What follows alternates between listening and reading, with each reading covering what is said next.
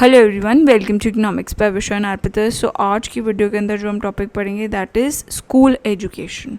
ठीक है, so basic जो है एनईपी का which is new education policy 2020, वो चीज़ मैं आपको बेसिक्स के अंदर प्रीवियस वीडियो के अंदर आई हैव ऑलरेडी टोल्ड यू। इस वीडियो के अंदर हम देखेंगे कि क्या चेंजेस जो हैं वो प्रपोज करे गए हैं स्कूल एजुकेशन के अंदर इन न्यू एजुकेशन पॉलिसी 2020।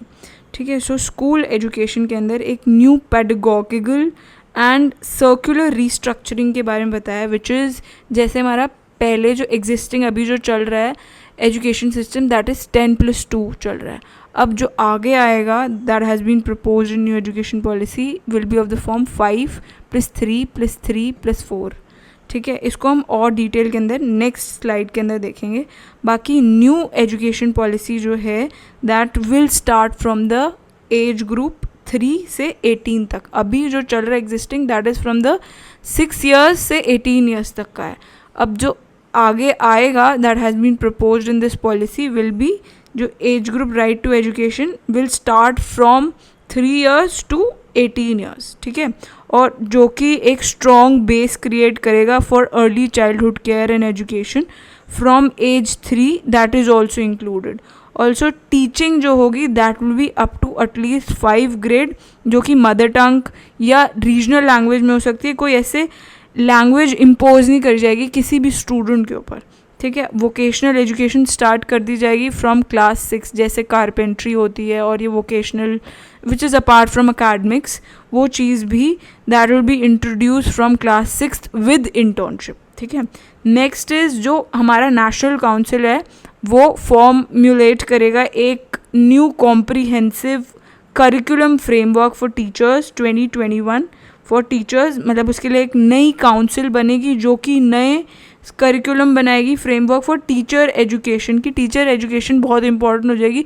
अब जैसे बीएड 2 ईयर्स की है, उसके बाद अब जब ये न्यू एजुकेशन पॉलिसी आएगी then there will be BEd which will be 4 year integrated course रहेगा। Then only a teacher will be eligible to teach in a school. ठीक है, so this will be the transforming curricula and pedagogical structure, जिसमें existing की अभी जैसे मैंने बात करी थी उसका अकेडमिक स्ट्रक्चर कैसा है 10+2, जो कि एज ग्रुप 6 ऑनवर्ड स्टार्ट होता है and it goes to 18 years. 6 से 16 ईयर्स टिल 10th क्लास तक होता है। फिर उसके बाद for 2 years 11th and 12th, जो कि एज 16 से 18 तक होता है जनरली। ठीक है, अब जो न्यू अकेडमिक स्ट्रक्चर है उसमें क्या प्रपोज किया गया है, इसमें अलग अलग स्टेजेस होंगे। सबसे पहली स्टेज जो होगी that will be foundational stage, जिसमें 3 साल जो होंगे that will be anganwadi and that will start from age 3 to 6, जहाँ पे मल्टी लेवल प्लेज होंगे, एक्टिविटी बेस्ड लर्निंग होगी, that will be the foundation stage. ठीक है, ये 5 साल तक रहेगा। फिर उसके बाद 2 साल, जैसे 3 साल आंगनवाड़ी एंड प्री स्कूल होगा फ्रॉम एज 3 to 6, फिर एज 6 to 8 के अंदर 2 साल क्लास फर्स्ट और सेकेंड जो होगा 2 साल का होगा, दैट विल बी फाउंडेशन के अंदर ये 5 साल रहेंगे। बाकी फिर प्रेपरेटरी स्टेज होगा, प्रेपरेटरी स्टेज जो होगा वो 3 साल का होगा, that will B from class 3rd to 5th। ठीक है, एज ग्रुप फॉल करता है 8 to 11, जिसमें प्लेज होंगे, discovery, activity based and interactive classroom teaching रहेगी एंड लर्निंग रहेगी।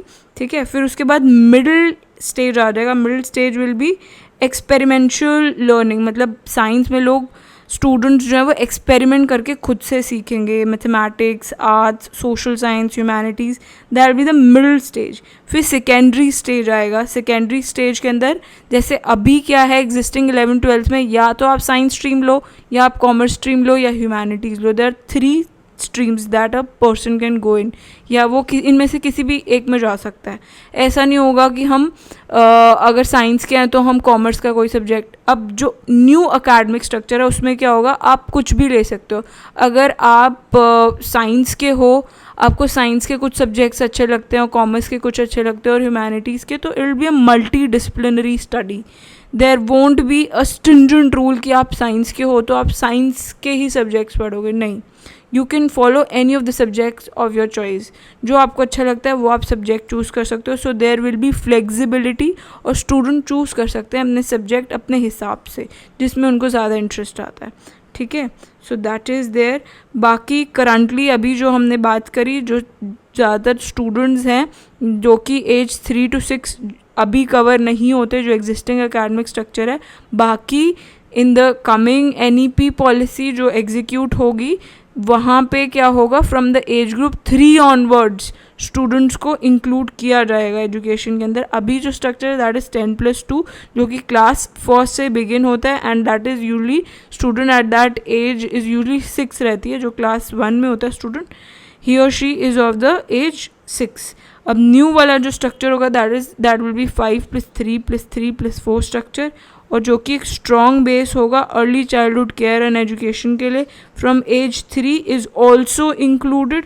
और एम यही है कि प्रमोट करना है, बेटर करना है ओवरऑल लर्निंग स्टूडेंट्स के लिए, कि उनकी ओवरऑल डेवलपमेंट और वेलबींग जो है और ज़्यादा इन्हेंस हो सके। ठीक है, सो क्लास 10th और 12th बोर्ड एग्ज़ाम जो है that are to be made easier. जैसे अभी बहुत ज़्यादा क्या होता है, कंसेप्चुअलाइज नहीं होता, लोग मेमोराइज करते हैं फैक्ट्स को, वो चीज़ कम हो जाएगी, जो वो कॉम्प्लिकेसीज थी वो चीज़ कम हो जाएगी। It will be made more easier, इतना ज़्यादा टफ नहीं होगा जो कि अभी एग्जिस्टिंग एकेडमिक स्ट्रक्चर के अंदर है, जहाँ पे सारे सब्जेक्ट्स जो हैं they will be allowed to take exam twice, 2 बार ले सकते हैं। बाकी स्कूल गवर्नेंस जो है that will be set to change with the new accreditation framework बन जाएगा, and that will be an independent body जो कि रेगुलेट करेगी दोनों public as well as private schools को। ठीक है, so also there will be an emphasis on foundational literacy, कि बच्चा अगर एज 3 से स्टार्ट कर रहा है तो उसकी फाउंडेशन लिटरेसी जो है क्लास 5th तक आते आते ही और she should have basic numeracy के बारे में उसको सब कुछ पता होना चाहिए, सेपरेशन पता होना चाहिए। ऐसे कुछ सेपरेशन नहीं होगी एकेडमिक स्ट्रीम और एक्स्ट्रा करिकुलर एक्टिविटीज़ के बीच में, जैसे अब सेपरेशन है जो एग्जिस्टिंग आप देखोगे स्ट्रक्चर, तो there is actually separation that is visible in school की। एक्स्ट्रा करिकुलर एक्टिविटीज़ को अलग देखा जाता है एंड अकेडमिक्स को अलग देखा जाता है, but in the new upcoming this new education policy separation जो होगी वो इतनी ज़्यादा नहीं मानी जाएगी। एक्स्ट्रा करिकुलर और वोकेशनल स्ट्रीम जो है ग्रेड 6 ऑनवर्ड स्टार्ट कर दी जाएगी। बाकी वोकेशनल जो है वो स्टार्ट कर दी जाएगी फ्रॉम क्लास 6, जहाँ पे वो तो होगा ही वोकेशनल ट्रेनिंग, तो एक साथ साथ उनको इंटर्नशिप्स भी प्रोवाइड की जाएंगी। ठीक है, सो दैट इज़ देयर। बाकी टीचिंग होगी up to at least grade 5 to be, जो ग्रेड 5 तक है वो मदर टंग या रीजनल लैंग्वेज में टीचिंग रहेगी, कोई लैंग्वेज को इम्पोज नहीं किया जाएगा किसी भी स्टूडेंट के ऊपर।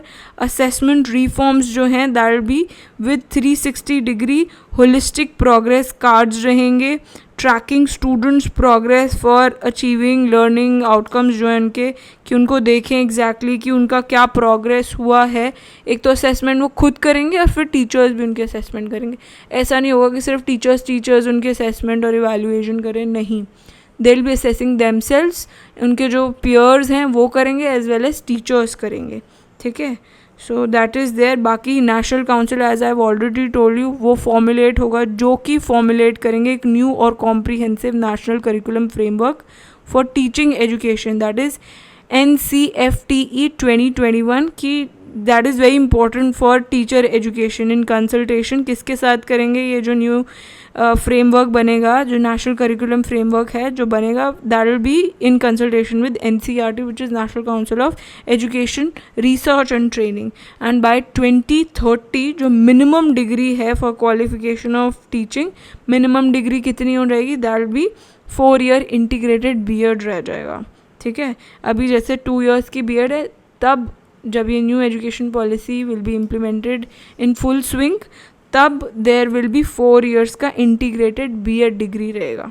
ठीक है, now there are few expected outcomes after implementing this new education policy, कि यूनिवर्सलाइजेशन हो जाएगी of access from ECCE to secondary. जैसा ऐसा अभी जैसे इंडिया और बाहर फॉरेन कंट्रीज़ के साथ कंपेयर करें, there is lot of difference that is visible. तो अगर ये इम्प्लीमेंटेशन में आ जाती है तो यूनिवर्सलाइजेशन हो जाएगी। बाकी ये इंश्योर करेगी इक्विटी और इंक्लूजन, कि ऐसा कुछ नहीं है कि poor strata are doing something different and rich टाटा इज़ डूइंग डिफरेंट. तो एक्विटी और इंक्लूजन जो है that will be the most important thing, that will be the outcome of this new education policy, and this will also help in attaining the SDG goals, which is sustainable development goal, जहाँ पे वो retain कर सकेंगे कि सारे student school until completion of secondary education वो retain कर सकेंगे, उस goal को improve कर पाएंगे, जो quality है and achievement of learning outcome. ठीक है, that will be very important कि लोग जो हैं वो जो स्टूडेंट्स हैं उनको भी क्वालिटी एजुकेशन मिलेगी, बाकी जो as a whole standard of quality and achievement will be maintain. Also there will be focus on the 21st century skills in learning, teaching and assessment, उसके ऊपर काफ़ी ज़्यादा फोकस रहेगा.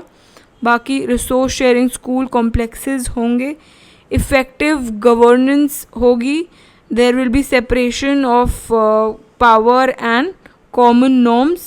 हम overcome कर पाएंगे जो भी सारी लैंग्वेज की जो बैरियर्स हैं लर्निंग, उसे हम ओवरकम कर पाएंगे. बाकी कॉमन स्टैंडर्ड्स जो हैं for their will B common standard. अभी तो काफ़ी डिफरेंट नज़र आता है प्राइवेट और पब्लिक स्कूल्स के अंदर.